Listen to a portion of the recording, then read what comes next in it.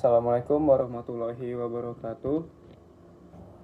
Perkenalkan, nama saya Fatih Riansyah. Saya dari kelas Indralaya A dari Teknik Geologi Angkatan 2025 dengan dosen pengajar Pak Rido Andi Sucipto MPD. Saya akan mengangkat tema yaitu pentingnya mempelajari sejarah perkembangan bahasa Indonesia. Berikut ini adalah narasinya. Bahasa Indonesia bukan sekedar alat untuk berbicara. Ia adalah cerminan dari jati diri, budaya, dan persatuan bangsa kita. Di setiap kata yang kita ucapkan hari ini, tersimpan kisah panjang perjuangan, perubahan, dan semangat kebangsaan.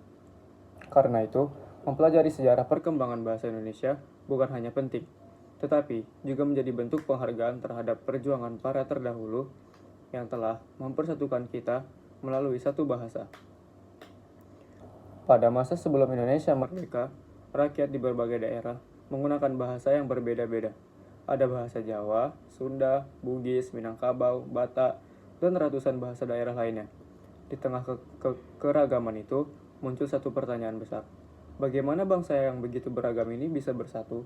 Jawabannya ada pada peristiwa bersejarah, Sumpah Pemuda tahun 1928.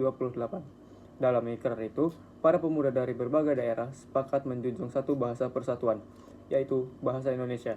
Ikrar itu bukan hanya pernyataan, melainkan juga keputusan yang membentuk arah masa depan bangsa. Dengan mempelajari sejarah perkembangan bahasa Indonesia, kita belajar menghargai makna dari persatuan itu. Kita tahu bahwa bahasa ini berasal dari bahasa Melayu, yang dulu digunakan sebagai bahasa perhubungan antar suku dan pedagang di Nusantara.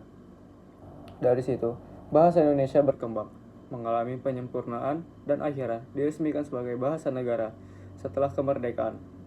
Proses ini menunjukkan bahwa bahasa Indonesia tumbuh bersama perjalanan bangsa dari masa penjajahan menuju kemerdekaan hingga era modern sekarang. Bahasa Indonesia juga mengalami pengaruh dari berbagai bahasa asing, seperti Sanskerta, Arab, Portugis, Belanda, dan Inggris.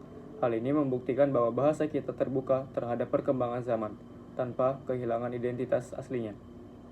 Dari sini kita belajar bahwa bahasa adalah sesuatu yang hidup.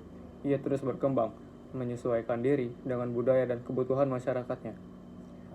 Namun, di era globalisasi ini, bahasa Indonesia menghadapi tantangan baru. Banyak anak muda yang lebih sering menggunakan bahasa campuran, atau bahkan lebih nyaman berbicara dengan bahasa asing di media sosial. Disinilah pentingnya memahami sejarah bahasa kita. Ketika kita tahu bagaimana sulitnya perjuangan para pendahulu dalam menjadikan bahasa Indonesia sebagai simbol persatuan, kita akan lebih sadar untuk menjaganya, menggunakannya dengan benar, dan tetap bangga terhadap bahasa Indonesia sendiri. Selain itu, mempelajari bahasa Indonesia menumbuhkan rasa nasionalisme dan cinta tanah air. Kita menjadi sadar bahwa bahasa bukan sekedar alat komunikasi, tetapi juga alat perjuangan dan lambang kebanggaan bangsa. Bahasa Indonesia menyatukan perbedaan, mempererat tali persaudaraan, dan menjadi jembatan di antara ribuan pulau serta suku yang tersebar di seluruh negeri. Bayangkan, seandainya kita tidak memiliki satu bahasa yang sama, komunikasi antar daerah akan menjadi sulit, persatuan akan rapuh, dan rasa kebangsaan bisa memudar karena hal itu. Mempelajari bahasa Indonesia seperti menjaga semangat persatuan yang diwariskan pada para pendahulu kita. Sebagai generasi muda, tugas kita bukan hanya menguasai bahasa Indonesia, tetapi juga memahami akar sejarahnya.